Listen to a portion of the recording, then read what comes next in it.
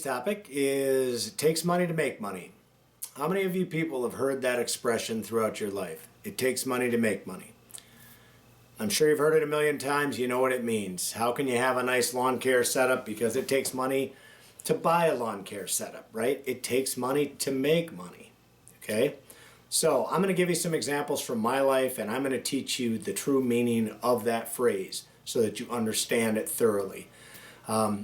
It's almost like, I want to back up just a little bit to tell you, like, I remember an example someone said to me one time, and it resonated with me because back when I was young and I was looking for a job, and I was like, they wouldn't hire me because I didn't have experience, and I would say, well, how do I get experience if you won't hire me?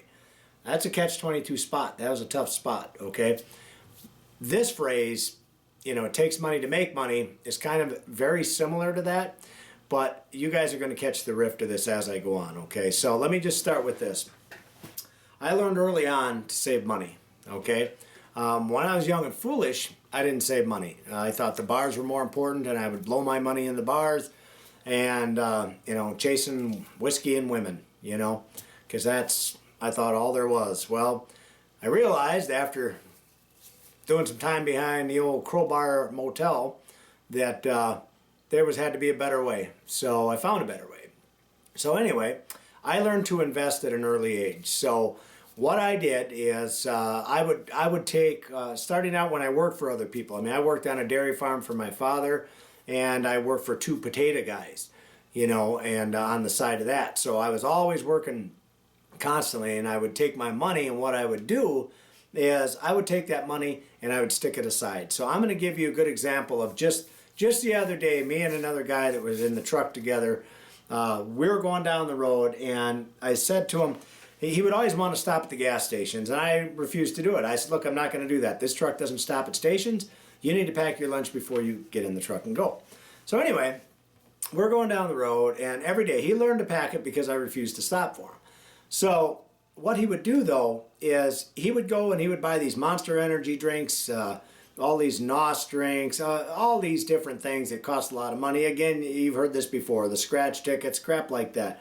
He'd buy these $4, $5 little sandwiches, I mean, just junk food, crap. And I asked him, I said, Jeff, how much money do you spend on a daily average? Because he's constantly drinking these Monsters and all this stuff. I said, how much do you spend on a daily basis on this food and junk? And he's just like, about 20 bucks a day. I'm like, 20 bucks a day, really? I said, man, why don't you just eat better than that, Couldn't talk it into him. Could not talk it into him. I'm going to show you guys an example, a typical example, like today. I come to work down at our vape shop today. This is what I brought with me. So, can of soup, which was probably like, I know, less than $1. My Ritz crackers, absolutely love them. That's, what is that, 50 cents in there, if that. And then, of course, a banana. The whole thing I got here is less than $2. I know it is. And every day when I pack a lunch in the truck, I try to show him that. And I'm like, okay, now look at this. So it costs me $2 a day to eat, let's say on average. So for my lunch throughout the day. He spends $20. So for me, it costs me $10 a week to eat and working every day. The guy in the truck with me spends $20 a day and always stopping at Hardee's, Arby's, you name it, all that kind of crap. Okay, he blows $100 a week. So what's the moral of the story? I have $90 at the end of the week. What do I do with that money? I invest that money. I invest it into something. And I'll give you another good example of that.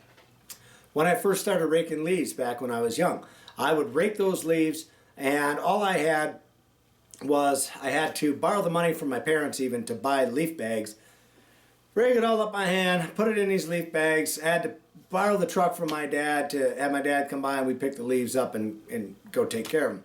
So that's how I had to start, okay? Now I have many trucks out there doing leaves and doing lawn maintenance and all kinds of things. But you've got to start somewhere. So when you started with that borrowing and saving your money, you can actually take, and you'll see how this multiplies as we go on, okay? So, but you got to learn to invest. You've got to learn to not spend the money. Just had a conversation with a YouTuber the other day, and he's like, how do you expect me not to spend my money when you look at all the advertising all around you, the Nike and and all these other things that you just got to have, all these cool shirts and body armor and whatnot. I don't know if it's body armor, whatever, all those expensive things. You don't have to have that crap, man. Just because it's going on around you doesn't mean you have to have it. You don't have to have Rockstar because they promote the shit out of it, okay? A Mountain Dew, if you bought a 12-pack of them, what did you pay for that? Maybe 50 cents, probably not even that, you know? So you got to think about that. You probably paid a quarter for that can, you know? But there's so many cheaper ways that you can go out there and saving your money to get there, okay? Started out with the cutting of the grass, and I'm going to tell you guys something. Back when I started it, it was, like I said, it was beg, borrow, get it done. We got it done. Eventually, we'd save up that money. We would buy equipment. Then eventually, we got a little better equipment. Again, to go back with the leaf thing, when I started with that and how I started with that, now, the other day I went out, I purchased a brand new Steel 700 leaf blower. That thing blows like $1 million, you know. I took that, went on a lawn by myself, did that lawn, I made $350. I was done in, Jesus, probably 3 hours, if that, 2.5 hours probably. I turned around, I know I paid that off in the first 3 jobs that I got for leaf cleanup. So now I have that steel blower that's going to last me years. And what is that? What am I going to do with that? I'm going to make money with that. So it's just like buying a mower. So your initial investment is going to cost you money. You've got to save to get there. You've got to save money to buy those things. But then once you have them, then you use them to make money. So everything that I tried to get, especially early on, was to make money. So it wasn't going out and buying all the Harleys right off the bat, going to buy a nice bass boat right off the bat, going to buy a new camper. We struggled for many, many years. We saved and saved and saved and put our money aside all the time so that we could get bigger and we could get better. And now, just to give you an example about how that all rolls around, the sacrifices that we made back in those days have paid off now. So, for example, when people talk about should they, you know, stay solo or should they, you know, venture out and try to get a bigger business, I always tell them to go for a bigger business. So here's an absolute perfect example. So today I can sit here, I can look at this, and I'm just going to show you this. So now, back in the day, I would make a few bucks. I just make a few bucks doing lawns, doing leaf cleanups, whatever, and it was fine and dandy. It was great. Now I can sit back and I can watch money being made for me that is way more money than I was making back in the day. And now the money, I've got guys that make that for me. How did I get there? How did I get there? I got there by sacrificing. I got there by saying we don't need the best of all the foods. I don't need those little Lunchable containers for $3. You know, I can get by with a bologna sandwich, you know. And we saved all our money. We invested our money. And we did it wisely. We made plenty of mistakes along the way. But we did it wise enough to where now we have people that go out there and do the work for us that bring in this money. I don't even have to be out there now bringing in this money. So is that a smart way to go? I think it's a very smart way to go versus work until you're dead versus constantly, you know, being 50, 60 years old and having to worry about how you're going to pay the bills when all of a sudden your back goes out or your knees go out or you have a stroke and you can't work anymore. Then what are you going to do? You know, what do you do at that point? You're kind of screwed, okay? I'm going to give you an example of our vape store, okay? Just a quick example, and I should just take you around and show you this quick, but I'll save that for another, you know what? Yeah, I'll save it for another video, but I'll tell you about this one. Okay, so the vape store I'm in right now, when we started out, we barely had anything on the shelves. Now we inventory over $20,000 in this store, and we are making money now. Finally, we had to save up the money. We invested the money into this store, into the people, into the products, and the process. And now everything is flowing fine. The kinks are worked out. We've already made our money back. So our initial startup we've made back. And now I've got 20 grand worth of inventory sitting on the shelves. And it makes me money every single day. So that being said, I should take you guys out and show you the store. But I want to finish up the talk on this first. So here's the talk on this. The investing in the business type thing, when I brought up the vape store, This is a thing, I know that I can't do lawn care the rest of my life. I know my back's going to give out. I know, my knees they're already bad. So whether the vape stores last or not, I don't know, but for now they're making money. So what do? I will take that money and I will continue to invest it. Maybe next year I'll open another store, okay? And let's say this store makes me X amount of money every single week, okay? We managed to pay back our initial startup cost. Now it's starting to generate money for us, okay? Takes money to make money. So let's say, and I'm just going to throw this out there. This just doesn't mean anything, but let's just say that I clear $1,000 a week at this place. And again, I'm just making that figure up. Let's say I make $1,000 a week. Now I'm going to turn around, probably this coming spring, we'll probably start another store. And if we start that, what is that store going to do for me in 6 months? It's going to probably do the same thing. So now instead of making $1,000 a week here, if we start another store, I'm going to be making $2,000 a week. And if we open up to even another store, taking that money, reinvesting it, now we have a third store. Now I'm up to $3,000 a week.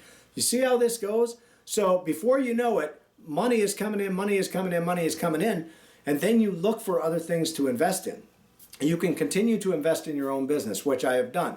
I've started from scratch. I started with a lawn care business. I went into landscaping here in Wisconsin. Then I ventured into, I took the money, saved it up, ventured into Florida because we enjoyed vacationing down there. We opened up a business down there with lawn care. Then we branched on that into the landscaping end of it. So now I've got that going for me. Now we've got the e-cigarette store, the vape store going for us. So I'm always looking at new things, new products, new ideas to make money. When I say money makes money, and it takes money to make money, your money needs to work for you. How many times have you guys ever heard that? So here's a good example. So today, my business in Wisconsin brings in money. And this is all because of what I did in the very beginning. I'm coming back to the end of this video. This is it. It all revolves around what I did in the beginning. I saved, and I sacrificed, and then I invested. Okay? And you know what I did? I didn't invest in stocks. I went down that road and I lost money. I said to myself, if I'm going to invest money, I'm going to invest it in me. If I fail, it is on me. And I think I'm a much safer bet than any stock out there. So, now today, my business in Wisconsin brings in money. My business in Florida brings in money. The vape store brings in money. And I'm looking at other things that I'm going to be getting into also. So the whole thing is it takes money to make money, but hopefully you guys learn from that and you can kind of see how I evolved, and hopefully you can learn to do the same thing. And it doesn't have to be, if you don't want to stay in lawn care, go into something else. If you don't want to go into anything else and you love lawn care and landscaping, just keep getting bigger. Just keep getting bigger in that. But to me, you should always be striving to get bigger because you don't know what's going to happen someday. You could get ill. One of your children could get seriously injured in a car wreck or something like that, and all of a sudden you're spending all your time at the hospital. You lose your job. You have no money coming in. Those are bad things. I would much rather have businesses set up that are money-making machines that constantly keep generating the money. So, it takes money to make money. This has been George Packard with Family Lawn and Landscape. I appreciate you guys watching. Leave me your comments below and leave me any video ideas you guys want me to talk about. Leave me a comment down below and I will be sure and address them. Thanks for watching.